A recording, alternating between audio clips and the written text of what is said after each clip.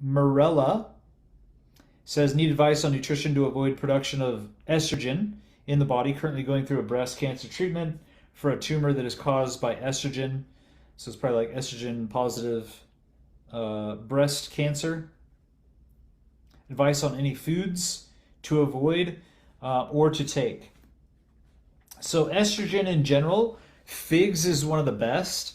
Figs has a lot of really good minerals and fibers that have actually been shown to mop up excess estrogen. That's how they actually word it. They say figs mop up excess estrogen, which can be really good. And it's interesting because figs kind of look like the ovaries of the female, which is where the production of these hormones are coming from. So also grapes. Grapes is another one. Resveratrol has a direct effect at lowering excess estrogen. And then when it comes to physical activity, it's been proven that high intensity training actually increases testosterone and lowers estrogen. And high intensity training would be looked at as doing like anything kind of at a higher intensity for, let's say, 20 minutes. So if you were to go on a bike ride and really kind of go for it, or even a stationary bike or a treadmill at a higher intensity, jogging, something like this with maybe little bursts of energy is going to increase testosterone. Any type of lower body movement like squats, lunges, things of this nature done in short periods, not 20 minutes, but like 30 seconds to 1 minute at a higher intensity, and then resting and relaxing, and then doing it again, and maybe doing anywhere from 3 to 6 sets. There's a level of boosting of testosterone and lowering of estrogen. And there's specific science that I was looking into that proves that as well. I think anytime that you have an imbalance in hormones, any type of imbalance in hormones, fasting is the way to go to reset your endocrine system. And traditionally, a 3-day water fast is considered a minor reset. And if you wanted to do some of these things and like get your estrogen levels checked, I think you'd actually see them coming down. And a 10-day water fast is considered a complete reset. And I've worked with a few women that have had very aggressive estrogen positive breast cancer that went through the process of extended fasting and healing, and are now, after healing themselves, became coaches and are helping people around the world. So I know that fasting is a great way to go for hormone reset. When it comes to foods specifically, cruciferous vegetables, so broccoli and cauliflower, Brussels sprouts, asparagus, all cruciferous vegetables will reduce estrogen. Nettle tea, so drinking nettle tea will also reduce estrogen. Maca root balances hormones while also lowering estrogen. Maca root, you can just buy it. It's in most health food stores. You can pop a little bit into your smoothie. You can pop it onto some oatmeal or some cereal type of thing.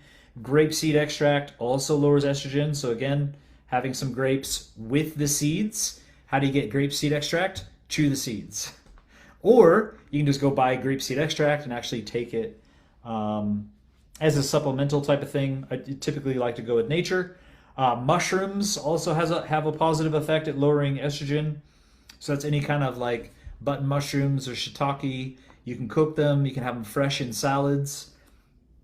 Now, there is a lot of controversy around soy products and any type of food with what's called a phytoestrogen. The problem is that it's not necessarily the case. Like, plants do not produce estrogen, period. And so when you take a phytoestrogen, what actually happens is the phytoestrogen links to the receptor site, which is a lot better than actual estrogen, because estrogen is a hormone that's causing a response, and in your case, that response is negative. Okay, and if you look into the literature and the science, you'll find out they say that people who eat soy, it can actually correct estrogen problems. But in some cases, it can increase estrogen, and in some cases, it lowers estrogen. So what I would say is that the phytoestrogen of a plant balances the actual estrogen inside of the body. If you need more, you make more. If you need less, you make less. If you're having phytoestrogens. But I also am very aware of the fear associated with phytoestrogens when it comes to soy and things like that. So if you wanted to, you could just completely cut out foods that contain phytoestrogens.